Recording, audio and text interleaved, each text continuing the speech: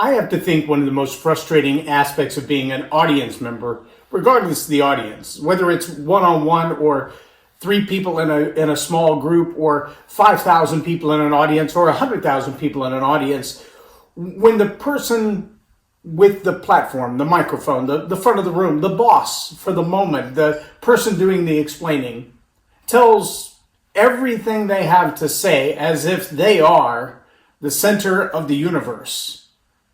Meaning, if it's not relevant to them, you're probably not going to hear it, and you need to find your own way into making it important to you so that it will make sense. Welcome to Leading Leaders Podcast, 5-minute videos, 5 days a week. I'm Loren Norris with Leading Leaders Podcast. It's amazing to me when I work with storytellers how often their story is solely cathartic.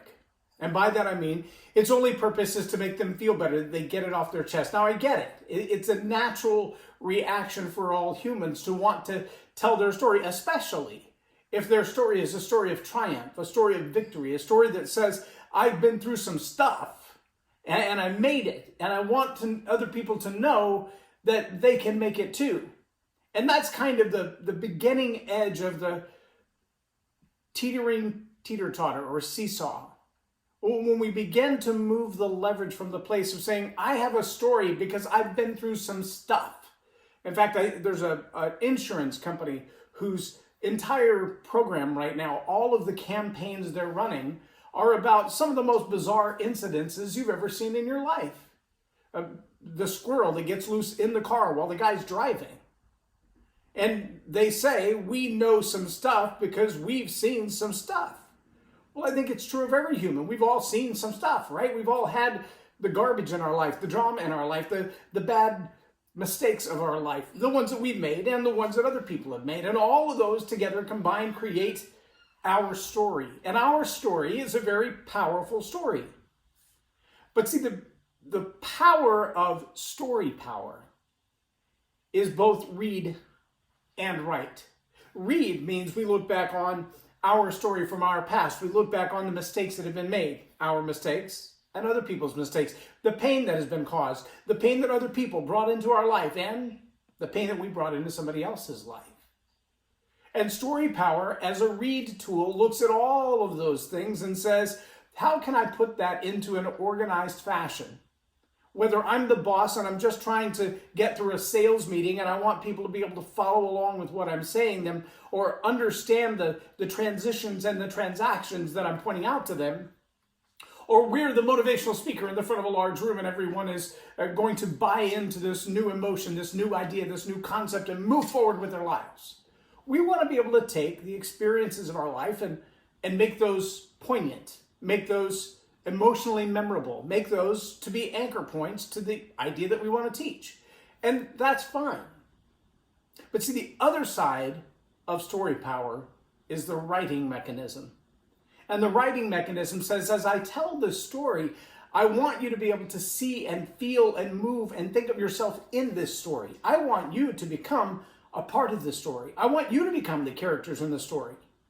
And if all of our stories, all of our ideas, all of our thoughts are anchored in the painful past, what is it we're asking them to do? What journey are we trying to take them on? See, in order for us to be effective storytellers, we have to also craft the story of our victory in a way that people feel like, I can step into that. I can become that victorious person. I can win that same battle myself, whether it's a battle over addiction or a battle over sexual harassment in the workplace, a battle over racism, a battle over discrimination of any sort. And if our story is a story of hope and a story of a brighter future and a story of a better opportunity and a story for people to find themselves in a better place as they move forward from right here, then our story has to be others-centric. It has to be audience-centric.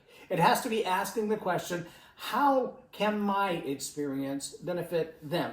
How can my success become their success? How can my victory become their victory? And until it does, it's just a cathartic story of the past. Just a way for you to say, I feel better having told the story. And that may or may not move people. It may or may not emotionally trigger them. It may or may not offer opportunity to them, but that's because it was generally about you to begin with. When you can move your story, changing the point, the focus, and the direction of your story, you'll find a lot more impact from your story as it becomes a right mechanism for other people's lives. And so that's my challenge to you. We're starting this week with the very first small group, private StoryPower coaching session. And I think it's going to be a blast. Normally, I only do these coaching sessions one-on-one, and we get really deep and really emotional, but there's not a lot of peer review. It's just me and that individual. I think it's going to be a lot of fun to see a group of people come together who have a common cause and common ideas and be able to pull their stories together, not only from their read, looking at the past, but the right mechanism of looking at the audience-centric story, asking themselves, how can I use my story of overcoming, of winning, of getting past these hurdles to give someone else the direction to do the same?